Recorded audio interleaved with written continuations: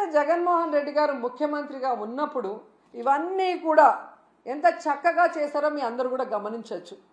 Law and order ఏ విధంగా maintain చేశారు, అలాగే మీరు చూస్తే సచివాలయ వ్యవస్థతో ఎలా పారదర్శకంగా పరిపాలించారు, అలాగే ఏపీలో 3 పోర్ట్లు మచిలీపట్నం, మూలపేట, రామాయపట్నం ఏ విధంగా వర్క్స్ స్టార్ట్ చేశారు, భోగాపురం ఎయిర్పోర్ట్ ఎలా ఆల్మోస్ట్ 35% వర్క్ చేసేయటం జరిగింది, అలాగే 10 ఫిషింగ్ హార్బర్లు అన్నిటినీ కూడా తీసుకొచ్చి మీ చేతిలో పెడితే ఈరోజు మీరు ఏం చేశారు?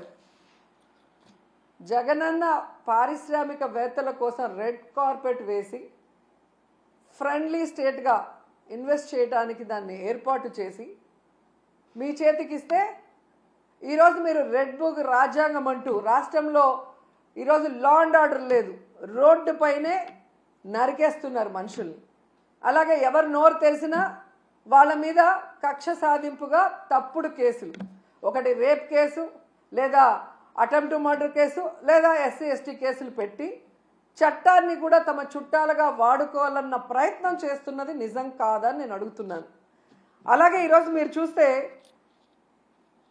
ఈ చంద్రబాబు నాయుడు, లోకేష్ చేస్తున్న పనుల వల్ల ఈ రాష్ట్ర ఇమేజ్ దెబ్బతినటం వల్ల ఈరోజు దావోస్లో పారిశ్రామికవేత్తలు ఒక్కటంటే ఒక్క రూపాయి కూడా మనకి ఎంఓఈ చేయకపోవడం చాలా బాధాకరం.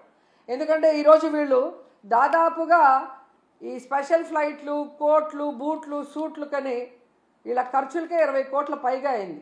కనీసం ఆ దారి ఖర్చులకి అయిన డబ్బైనా ఎంఓఈలు చేసుకొచ్చారంటే సిగ్గుచేటు.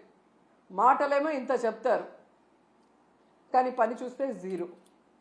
సో అందుకే అంటారు గొప్పలు చెప్పుకోవద్దయా తిప్పలు తప్పవని. కానీ చంద్రబాబు నాయుడు వినడు.